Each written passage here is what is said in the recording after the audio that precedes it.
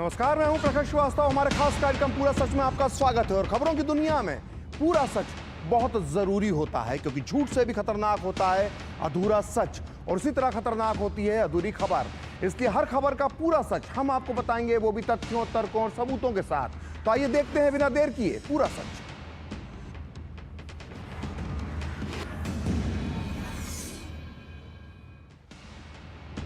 तो दिल्ली विधानसभा चुनाव में पहले प्रचार के दौरान ड्रामा किया गया, फिर वोटिंग वाले दिन स्टंट किया गया, और अब जब कल नतीजे आने वाले हैं तो नई नौटंकी जो है वो स्टार्ट हो गई। दिल्ली विधानसभा का ये चुनाव केजरीवाल एंड कंपनी की नौटंकियों के लिए हमेशा हमेशा के लिए याद रखा जाएगा। सोचिए, इस चुनाव में क्या क्या नहीं किया गया। कभी वोटर लिस्ट पर झूठ बोला गया, कभी यमुना में जहर मिलाने जैसे घटिया, निम्न स्तर के घटिया आरोप लगाए गए, और अब यह कहा जा रहा है कि हमारे उम्मीदवारों को 15 करोड़ की रिश्वत दी जा रही है। आज पूरा सच में हम केजरीवाल एंड कंपनी के हर सियासी नौटंकी की पड़ताल करेंगे, और ये सवाल तलाशेंगे कि क्या केजरीवाल ने हार से पहले ही अपनी हार स्वीकार कर ली है? क्या केजरीवाल ने हार से पहले मतदान वाले दिन अपने कार्यकर्ताओं का टूटा हुआ हौसला बढ़ाने के लिए, उनमें नई जान फूंकने के लिए ये रिश्वत वाला ड्रामा रचा है? आज हम आपको बताएंगे कि पहले रिश्वत का आरोप लगाने वाले केजरीवाल अब एसीबी के सवालों से क्यों भाग रहे हैं, और साथ ही हम आपको यह भी बताएंगे कि केजरीवाल की वो गलती क्या थी जो उन पर भारी पड़ गई। तो केजरीवाल एंड कंपनी के लिए आज की रात है भारी, क्योंकि कल है मतगणना की बारी। तो आइए देखते हैं पूरा सच पूरे विस्तार के साथ। तो दिल्ली विधानसभा चुनाव के नतीजे आने से कुछ घंटे पहले, जी हां, कुछ घंटे पहले तक सियासत का ड्रामा जारी है। नतीजों से ठीक पहले केजरीवाल एंड कंपनी ने यह सनसनीखेज आरोप लगाया है कि बीजेपी ने आम आदमी पार्टी के उम्मीदवारों को फोन करके 15-15 करोड़ रुपए ऑफर किए हैं। इसके बाद केजरीवाल ने आनंद फानंद में आज सुबह 11:30 बजे के आसपास अपने सभी 70 कैंडिडेट्स को मीटिंग के लिए बुला लिया। उधर केजरीवाल के आरोपों के बाद बीजेपी ने दिल्ली के एलजी वीके सक्सेना से आरोपों की जांच की मांग की।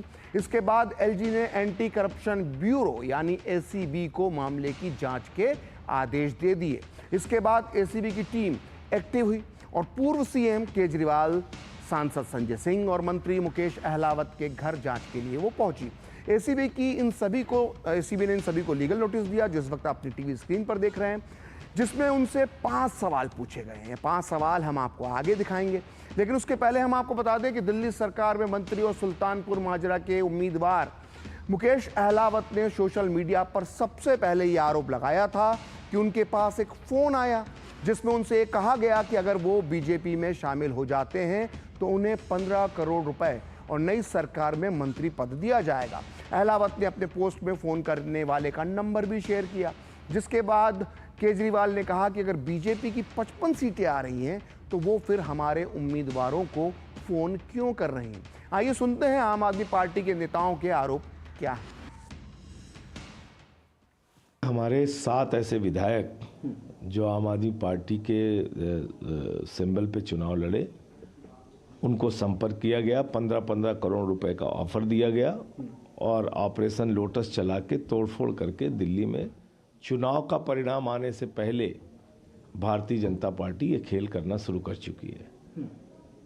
हमने अपने विधायकों को साफ तौर पे कहा है, जो भी ऐसी कॉल आए उसको रिकॉर्ड कीजिए, जो भी ऐसे लोग आपसे मिलने के लिए आए उनका वीडियो रिकॉर्डिंग कीजिए हिडन कैमरा लगा के। कई कैंडिडेट्स ने ये सामने तथ्य रखा है कि किस तरह से उनको लगातार फ़ोन किए जा रहे हैं और कहा जा रहा है पैसे ले लो और भारतीय जनता पार्टी ज्वाइन कर लो, हम मंत्री बना देंगे। जो सारे तथ्य सामने दिख रहे हैं वो इस बात के साफ संकेत दे रहे हैं कि एक एग्जिट पोल के द्वारा साइकोलॉजिकल प्रेशर बना करके ऑपरेशन लोटस चलाने की कोशिश हो रही है। तो आपको बता दें कि दिल्ली चुनाव पर 14 एग्जिट पोल आ चुके हैं। इनमें से 12 ने, जी हां, 12 ने बीजेपी को बहुमत दिखाया है। यानी एग्जिट पोल के मुताबिक दिल्ली में 27 साल बाद बीजेपी की सरकार बनती दिख रही है। और यही वजह है कि मतदान वाले दिन अपने कार्यकर्ताओं का हौसला बनाए रखने के लिए केजरीवाल ने एक नया सियासी स्टंट दिखाया है। इस बीच बीजेपी ने केजरीवाल एंड पार्टी के सारे आरोपों को सिरे से खारिज कर दिया है। बीजेपी का कहना है कि केजरीवाल और आम आदमी पार्टी के बाकी नेता अपने संभावित जो उनकी हार है वो दिखाई दे रही है और इससे वो बौखला गए हैं। उन्हें पता है कि वो चुनाव में हार रहे हैं, इसलिए वो ऐसे बेबुनियाद आरोप और बयान दे रहे हैं। बीजेपी ने यह भी कहा कि आपके जो सांसद हैं संजय सिंह, या तो अपने झूठे बयानों के लिए माफी मांगे वरना कानूनी कार्रवाई के लिए तैयार हो जाएं। आइए सुनते हैं बीजेपी नेताओं का इस मुद्दे पर क्या कहना है। संजय सिंह, अरविंद केजरीवाल, आप लोग झूठ बोलोगे तो आप उसका खामियाजा भुगतने के लिए तैयार रहिए। आपने जो आरोप लगाए हैं घटिया, बेबुनियाद हैं। अगर आपके पास तथ्य हैं तो रखिए, नहीं तो फिर इसका परिणाम भुगतने के लिए तैयार रहिए। और मैं बार बार कह रहा हूँ, आप जिस तरह की घटिया राजनीति करते हैं, दिल्ली वाले इस राजनीति को पसंद नहीं करते। अगर आपके लोग बिकाऊ हैं तो आप और पार्टियों को बुरा भला क्यों कह रहे हैं? और कोई प्रमाण है आपके पास? झूठ बोलने का भी एक हद होती है, हथकंडे पे हथकंडे। आज का दिन बहुत जरूरी है, आज के दिन भी उनसे बैठा नहीं जा रहा है क्योंकि जानते हैं कल क्या होने वाला है। तो आप सोचिए, और जब रात है ऐसी मतवाली, फिर सुबह का आलम क्या होगा। तो केजरीवाल ने जो 15 करोड़ रुपए के ऑफर वाला नया नवेला आरोप लगाया है, उसके बाद एंटी करप्शन ब्यूरो की टीम जांच और पूछताछ के लिए केजरीवाल के घर पहुंची। लेकिन अब तक मिली खबरों के मुताबिक एसीबी की जो टीम पहुंची थी उससे केजरीवाल नहीं मिले। इसके बाद एसीबी ने केजरीवाल को एक नोटिस दिया है जो इस वक्त आपकी टीवी स्क्रीन पर दिखाई दे रहा है, जिसमें लिखा गया है कि श्री अरविंद केजरीवाल, आपसे अनुरोध है कि 7 फरवरी को किसी भी समय पर इन 5 सवालों पर जानकारी देने के लिए मौजूद रहें। तो ये 5 सवाल क्या हैं? अब हम आपको बताते हैं कि एसीबी के वो 5 सवाल क्या हैं। एसीबी ने सबसे पहला सवाल यही पूछा है कि 15 करोड़ का ऑफर देने वाले पोस्ट अरविंद केजरीवाल द्वारा किए गए हैं या नहीं किए गए। एसीबी ने दूसरे सवाल में उन सभी 16 विधायकों की जानकारी भी मांगी है जिन्हें रिश्वत के ऑफर वाले कॉल्स आए थे। ये 16 विधायक कौन हैं, इनके नाम क्या हैं, कब फोन आया, इसकी जानकारी मांगी गई है। एसीबी ने अरविंद केजरीवाल से उस शख्स की जानकारी भी मांगी है जिसने कथित रूप से विधायकों को रिश्वत ऑफर करने के लिए फोन कॉल्स किए। एसीबी ने केजरीवाल से उनके लगाए आरोपों पर, ये जो चौथा आरोप है कि जो आरोप लगाए हैं केजरीवाल ने, उसका समर्थन करते हुए सबूत भी मांगे हैं। एसीबी ने केजरीवाल को दिए नोटिस में कहा है कि बताएं कि ऐसी जानकारी फैलाने वाले लोगों के खिलाफ उचित कानूनी कार्रवाई क्यों नहीं की जानी चाहिए जो दिल्ली के लोगों में दहशत और अशांति की स्थिति पैदा करने के समान है। तो 5वां जो सवाल पूछा गया है उसमें एक तरह से चेतावनी भी दी गई है कि क्यों ना ऐसे लोगों पर एक्शन लिया जाए जो इस तरह की खबरें फैला रहे हैं। तो इस बीच उन सभी राजनीतिक पंडितों ने जिनकी पैनी निगाह दिल्ली विधानसभा चुनाव पर थी, उन सभी का यह मानना है कि पहली बार, जी हां, पहली बार केजरीवाल किसी चुनाव में इतना डरे और सहमे नजर आए। केजरीवाल के चेहरे पर, उनकी बॉडी लैंग्वेज में और उनके बयानों में हार का डर साफ नजर आ रहा था। वो चुनाव के ऐलान के साथ ही ऐसे बयान देने लगे थे जिनसे उनकी बौखलाहट साफ नजर आ रही थी, चाहे वो वोटर लिस्ट का मामला हो या यमुना के पानी में हरियाणा सरकार द्वारा जहर मिलाने का शगुफा, या फिर चुनाव आयोग पर बार बार फिजूल के बयान देना।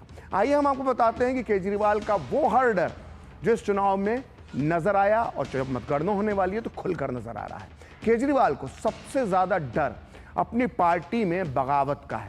चुनाव से पहले और चुनाव के दौरान आम आदमी पार्टी ने जबरदस्त बगावत का सामना किया है। केजरीवाल को यह पता है कि उनकी एक चुनावी हार पार्टी में ऐसा भूचाल ला देगी कि वो संभाले नहीं संभलेगा। पार्टी के कई बड़े नेता केजरीवाल का दामन छोड़ सकते हैं अगर वो हार जाते हैं तो, यानी बगावत केजरीवाल का सबसे बड़ा डर है। अब केजरीवाल के दूसरे डर की बात, केजरीवाल को ना सिर्फ दिल्ली की सत्ता गंवाने का डर है बल्कि उन्हें अपनी नई दिल्ली सीट पर भी हार का डर सता रहा है। कुछ एग्जिट पोल इस बात की तरफ इशारा भी कर चुके हैं कि केजरीवाल को बीजेपी के प्रवेश वर्मा हरा सकते हैं। कभी इसी सीट पर तत्कालीन मुख्यमंत्री शीला दीक्षित को हराकर दिल्ली के सिंहासन पर बैठे केजरीवाल के लिए नई दिल्ली की सीट पर हारना एक बहुत बड़ा झटका होगा। अब बात करते हैं केजरीवाल के तीसरे डर की। तीसरा डर, सबसे बड़ा डर यह है कि वो जेल जा सकते हैं, और जेल जाने का ये डर केजरीवाल जानते हैं कि सत्ता गंवाते ही शराब घोटाले की जांच में तेजी आ सकती है और वो एक बार फिर तिहाड़ की सलाखों के पीछे पहुंच सकते हैं। जाहिर है केजरीवाल को जेल जाने का डर है और ये उनका तीसरा डर है। बात करते हैं केजरीवाल के चौथे डर की। केजरीवाल को इस बात का भी डर है कि हार के बाद इंडी गठबंधन में उनकी पोजीशन जो उनकी स्थिति है वो कमजोर हो सकती है। ये सब जानते हैं कि केजरीवाल बहुत महत्वाकांक्षी हैं। वो हमेशा राष्ट्रीय राजनीति में अपनी भूमिका तलाशते रहे, ये रिकॉर्ड है। वैसे ही दिल्ली के सीएम के पास सिर्फ आधी ताकत होती है, इसलिए उन्हें राष्ट्रीय राजनीति में बड़ी भूमिका की जरूरत महसूस होती है। केजरीवाल का प्लान था कि अगर वो दिल्ली जीतते हैं तो वो इंडी गठबंधन पर अपनी दावेदारी ठोक सकते हैं, क्योंकि राहुल गांधी इस वक्त इंडी गठबंधन में काफी कमजोर हो चुके हैं। पूरा सच के कई एपिसोड्स में हमने आपको बताया तथ्यों के साथ। लेकिन केजरीवाल अगर हार जाते हैं तो इंडी गठबंधन में अखिलेश यादव और ममता बनर्जी के लिए वो कभी चुनौती नहीं बन पाएंगे। तो केजरीवाल की ये थे 4 डर। तो आम आदमी पार्टी ने अपने उम्मीदवारों की खरीद फरोख्त का दावा कर एक नया बवाल खड़ा कर दिया है। इससे आसानी से ये अंदाजा लगाया जा सकता है कि नतीजे आने के बाद की पटकथा यानी स्क्रीन प्ले क्या होगा। हो सकता है कि कल नतीजों के बाद केजरीवाल एंड कंपनी चुनाव आयोग पर हमला बोल दे और ईवीएम समेत कई तरह के आरोप लगाएं, क्योंकि केजरीवाल और आम आदमी पार्टी दिल्ली चुनाव के दौरान लगातार चुनाव आयोग की विश्वसनीयता पर सवाल उठाती रही है और किसी न किसी बहाने चुनाव आयोग को कटघरे में खड़ा करती रही है। केजरीवाल अब ये दावा कर रहे हैं कि चुनाव आयोग ने कई बार अनुरोध करने के बाद भी, जब कई बार अनुरोध किया चुनाव आयोग से, तब भी फॉर्म 17C और हर विधानसभा में हर बूथ पर डाले गए वोटों की संख्या अपलोड करने से इनकार कर दिया। ऐसे केजरीवाल ने एक बार आरोप लगाया है अभी हाल में। इससे पहले जनवरी में आम आदमी पार्टी ने आरोप लगाया था कि नई दिल्ली सीट पर गलत तरीके से मतदाता सूची में नाम शामिल किए जा रहे हैं और भी जगह पर इस तरह के आरोप लगाए थे।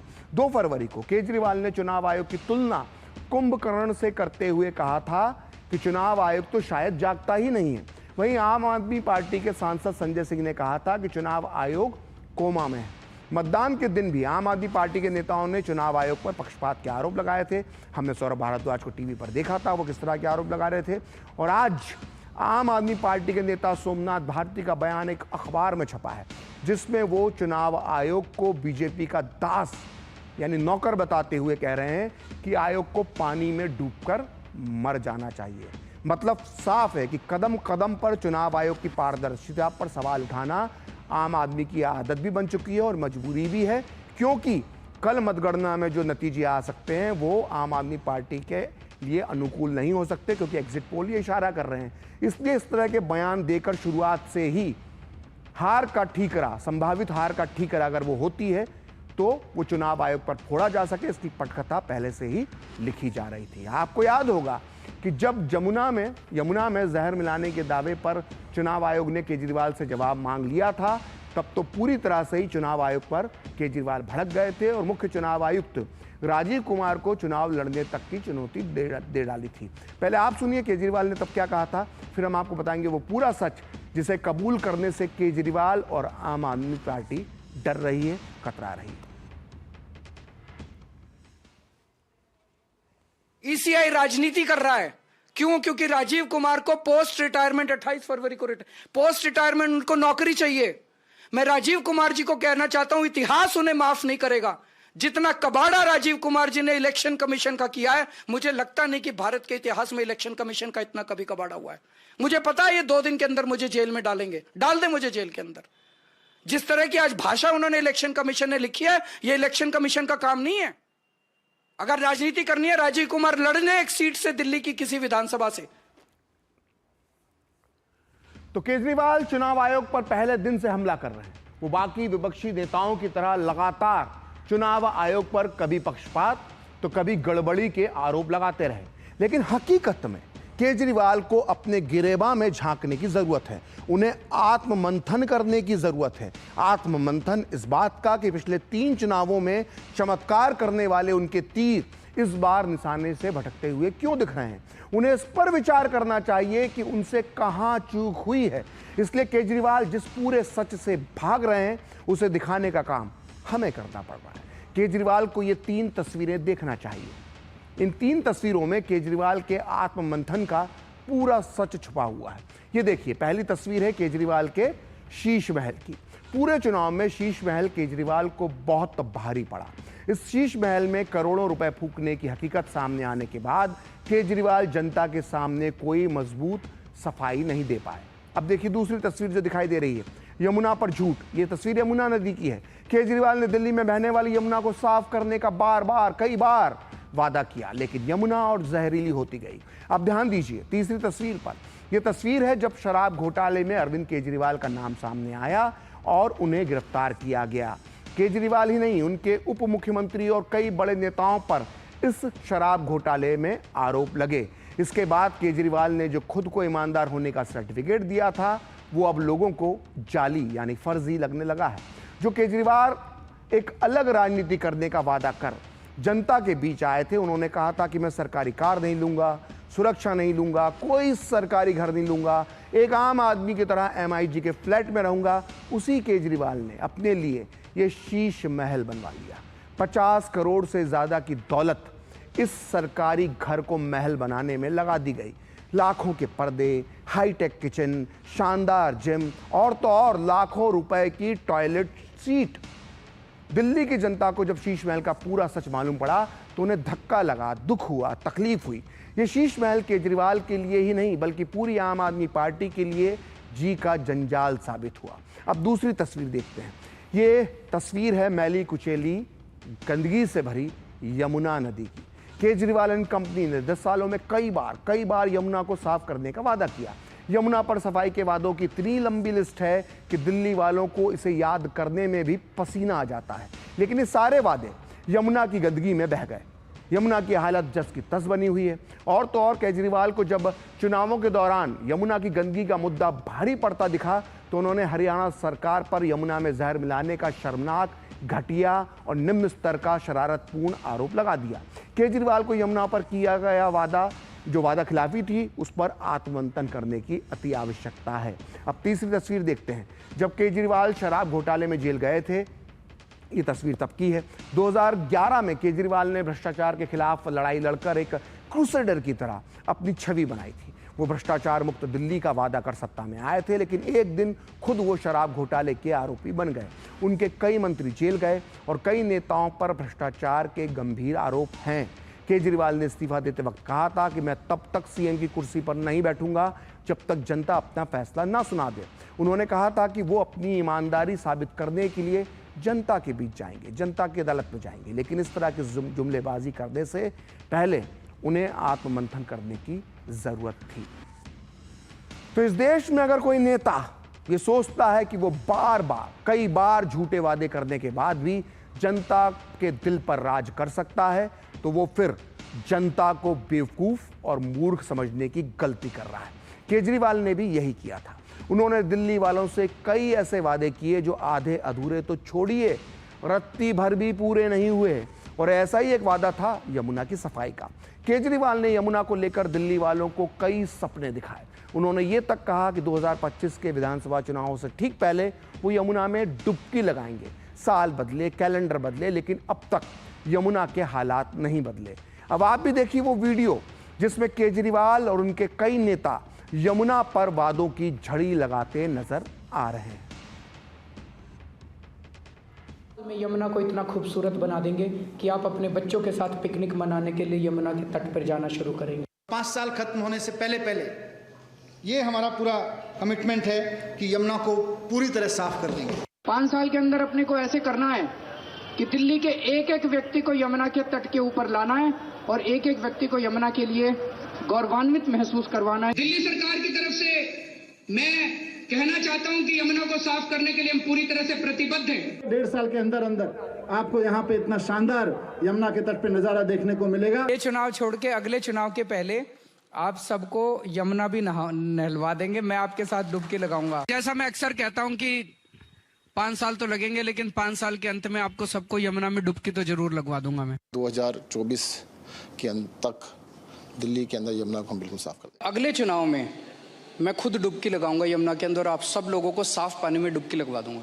नहीं तो वोट मत देना मेरे को। मैंने 10 बार दिल्ली में बोला है कि अगर मैं 2025 तक यमुना साफ मत करूं, अगली बार मेरे को वोट मत देना। अगले चुनाव के पहले आपके साथ यमुना में डुबकी लगाऊंगा। 1.5 से 2 साल के अंदर यमुना को हम पूरी तरह से साफ कर देंगे। डेडलाइन अब 27 है, 26 एंड या 27। तो आम आदमी पार्टी नेताओं ने बीजेपी की तरफ से कॉल आने पर 15 करोड़ का ऑफर दिए जाने के दावों पर कांग्रेस ने कहा है कि बिना किसी सबूत के इस तरह के आरोप लगाना ठीक नहीं है, क्योंकि अभी तो यह भी नहीं पता है कि कल कौन चुनाव जीतेगा और कौन हारेगा। कांग्रेस यह भी कह रही है कि केजरीवाल की यह पुरानी आदत है और वो पिछले 10 सालों से इसी तरह के आरोप लगाते रहे हैं। आइए सुनते हैं कांग्रेस का इस पूरे मामले पर क्या कहना है। कौन हारेगा ये तो काउंटिंग के बाद पता लगेगा। वास्तव में ये तो जैसे मनोहर कहानियां होती थी, ये तो पूरी तरह से मनोहर कहानियां। अब इस देश में कानून तो काम करता नहीं, चूंकि और नेता भी झूठ बोलते हैं, वरना इमीडिएटली FIR दर्ज होना चाहिए कि प्रमाणित करो। पहली बार ऐसे मुख्यमंत्री जो पिछले 10 साल से एक ही आरोप लगाता रहता है कि मेरे विधायकों को खरीद रहे, मेरे सांसदों को खरीद रहे, मुझे खरीद रहे। बिकाऊ माल है ना, तो मार्केट में बिकेगा, और ये माल इनका है भी नहीं। ये तो अलग अलग विभिन्न दलों से आया है, कोई बीजेपी से आया, कोई कांग्रेस से आया। जो प्रोडक्ट आम आदमी पार्टी का नहीं है तो उसके लिए क्या कह सकते हैं।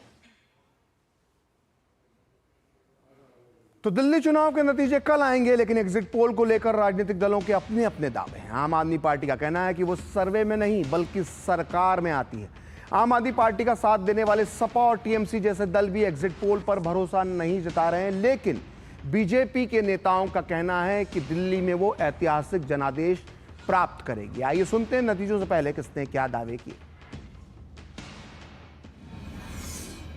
लोगों ने मन बना लिया कि केजरीवाल जैसे विश्वासघाती को, झूठा को बदलना है, और मुझे पूरा 200% भरोसा है कि केजरीवाल के झाड़ू सहित झाड़ू लग जाए।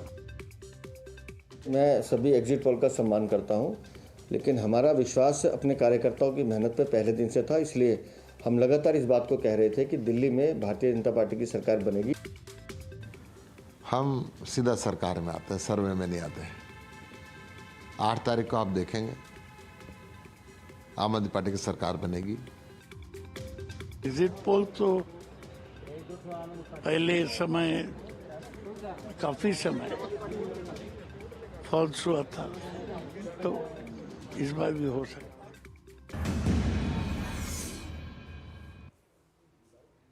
तो आज पूरा सच में इतना ही। अगले सप्ताह फिर होगी आपसे मुलाकात अपने इस खास कार्यक्रम पूरा सच में किसी और सियासी मुद्दे की पड़ताल के साथ।